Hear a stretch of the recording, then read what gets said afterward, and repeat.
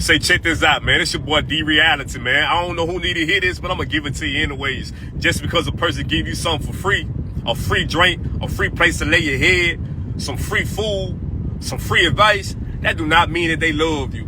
That do not mean they want the best for you. That do not mean they will not lie to you. That do not mean that they got a good heart and they righteous and they real. That do not mean nothing. A lot of times the enemies, they quick to give you something. They quit to give you something for free. Because the more they give you something for free, you're going to let your guards down. You're going to let God down. That way, they can benefit off you more than you know.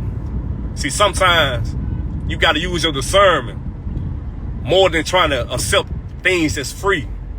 Everything that's free ain't good for your soul.